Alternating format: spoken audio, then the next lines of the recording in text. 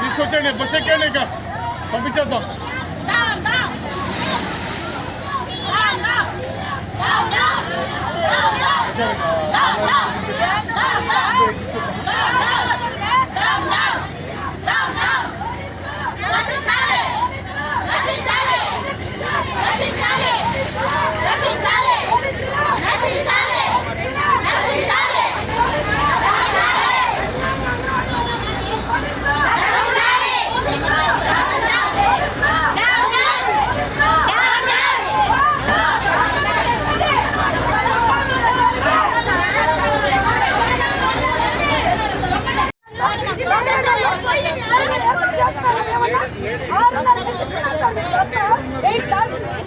చెప్పండి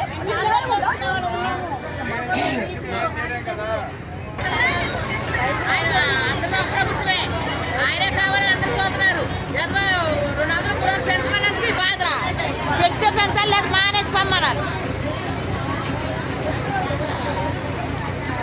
వాళ్ళు అది తింటారు, మేమేమో నోరావుచ్చుకుని నిద్ర కట్టుకుంటాం.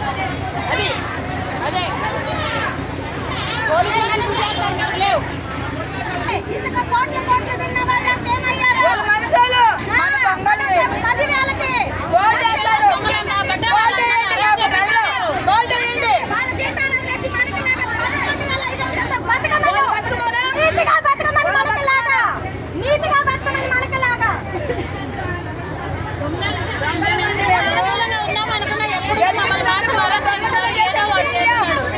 ఏ ప్రభుత్వం అనేది కలలేని ప్రభుత్వం, మొత్తం రౌడీ రాజ్యం అయిపోయింది.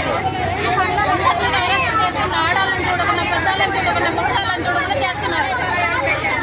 రోడ్డు మీద 50 రూపాయలు నెలకంతా మేము చేస్తున్న వాళ్ళకి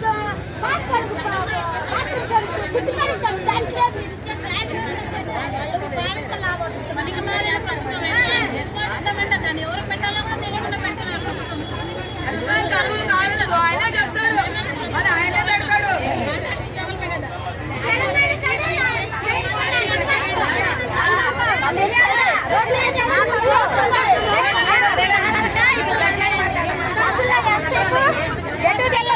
ఏడుతుంటే ఎత్తుకొని ముద్దాడి మంచిగా చూసుకునే కన్నతల్లి ఇలాంటి వాళ్ళు మనకి ఎలా పరిపాలించాలో మనకు తెలియదు. ఆయన తెలిసిన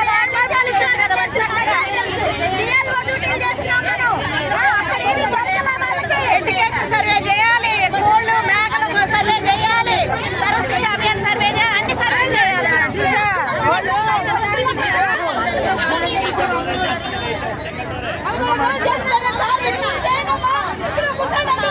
దీనిలోకి ఎక్కించండి.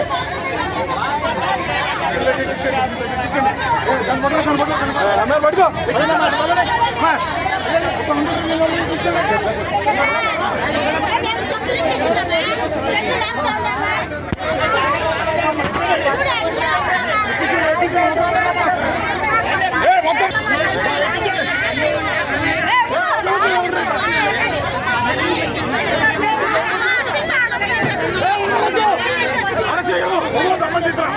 అరే ఇంపార్టెంట్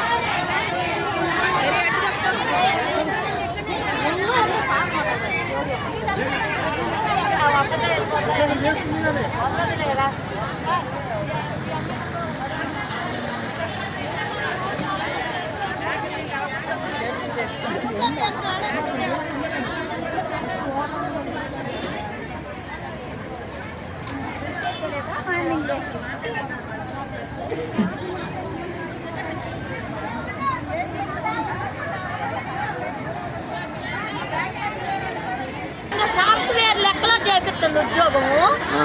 మేము 10వ తరగతి క్వాలిఫికేషన్ తో తీసుకున్నారు ఒకప్పుడు. ఇవాళ 10వ తరగతి క్వాలిఫికేషన్ కాదు, సాఫ్ట్వేర్ వర్క్ చేస్తున్నాం. ఆన్లైన్ సిస్టమ్ రాత్రి పగలు చేస్తున్నాం మేము.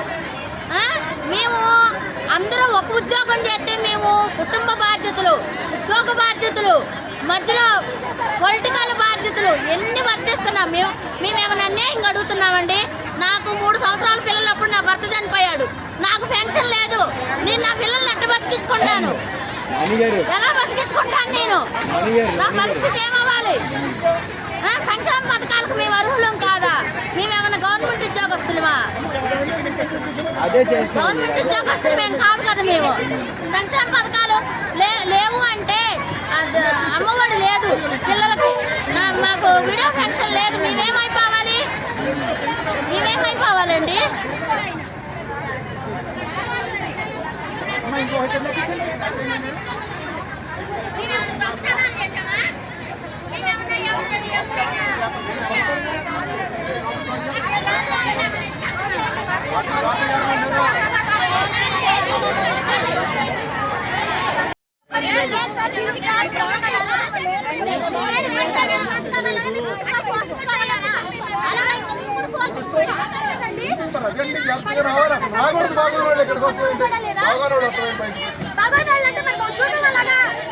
ఉద్యోగం వల్ల ఇంటెంతలు కట్టుకొని మాకు కూరగాయలు, చింతపండ్లు, ఉప్పులు, కారాలు, గ్యాసులు, కరెంట్ బిల్లులు తట్టుకోలేక కదా వచ్చింది.